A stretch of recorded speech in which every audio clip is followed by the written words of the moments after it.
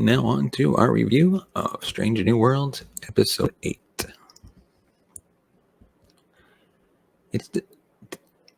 Episode 8 could be, and probably is, the silliest and most over-the-top episode of Star Trek Strange New Worlds.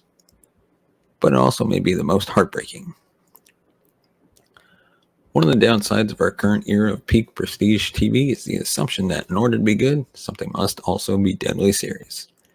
This seems to be doubly true if we're talking about a genre property, which these days tend to be peppered with bleak, grimdark depictions of authoritarian military regimes, insidious robot overlords, or widespread climate disasters. Even Star Trek hasn't been immune to this trend in recent years. Both Star Trek Discovery and Star Trek Picard have certainly shown us future that don't always entirely feel compatible with more lighthearted optimism of Gene Roddenberry's original vision for the franchise. Thank goodness for Star Trek Strange New Worlds. As an episode, the Elysian Kingdom is a bittersweet tragedy, as well as an hour that will have major emotional ramifications for the Doctor for the rest of the series. Yet it's also completely ridiculous and a ton of fun to watch, even as it hides its darkest twists in a sparkly candy-coated wrapper and essentially erases the memory of what Dr. M'Benga sacrifices in the name of the daughter he loves. The Elysian Kingdom is certainly the silliest episode of Strange New Worlds has yet done, involving everything from major cast members recast as fairy tale figures from popular children's books to actual sword fights in supposed magical forests that are essentially hallways dripped in plastic ferns from Party City. And yet it's also one of the season's most emotionally gut-wrenching hours, as the Doctor says goodbye to the daughter he has fought so hard and risked so much to try to save. The basic premise behind the hour is fairly simple. On a routine survey of the Genesian Nebula, the Enterprise finds itself mysteriously stuck and unable to leave.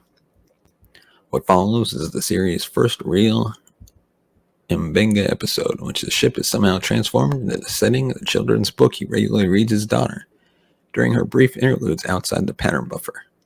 It's called, you guessed it, the Elysian Kingdom. The Enterprise's chief medical officer seems to be the only person who hasn't been changed by it, despite the fact that he's also the only one that knows the story. The most entertaining part of the hour is the gusto with which Strange New Worlds cast fully embraces the weird new fairy tale figures they're all playing.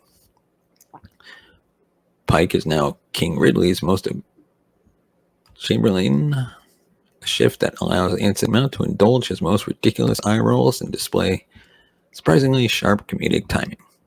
Ortegas is the kingdom's most bellicose knight who truly just wants something, anything to behead. Leon is a flighty, sparkly dress-wearing princess who carts around a purse, dog-dressed in a matching outfit. Chapel is a sort of medieval-looking hedge witch, while Spock is full-on Lord of the Rings-style wizard. Uhura gets to rock a fabulous Evil Queen ensemble that, if there is any justice, will inspire cosplayers everywhere next convention season. Almost every major cast member gets to play wildly against type, from the hilariously rivalry between Ortega's and Pike's characters to Leon's helpless princess act. But as fun as it is watching the Enterprise crew essentially act out a Dungeons & Dragons campaign, eventually we learn, thanks to an assist from Hemmer, who's also apparently immune to the strange events going on thanks to his heightened telepathic abilities, that a strange and identified entity is controlling the ship. A consciousness without a body. This being is apparently not just proof of the validity of the Boltzmann brain thought experiment, but a lonely, godlike figure who finds a kindred spirit in the mind of the Doctor's daughter, who has spent so long trapped alone in the transporter pattern buffer. Heartbreakingly, it has tried to not just befriend her, but give her the power to tell the stories she has always wanted, allowing her to shape the reality of the Enterprise to mirror the world of her favorite book. It's strangely kind and vaguely horrifying. The idea that the Doctor is ultimately faced with the choice between letting his daughter go to live a life free of disease and pain, or keeping her near him in the hopes that he might someday be able to find a cure for her is both utterly classic science fiction and a literal stuff of fairy tales. Myths and folklore are full of impossible choices like this, where getting the thing you most long for often means you can never see it again.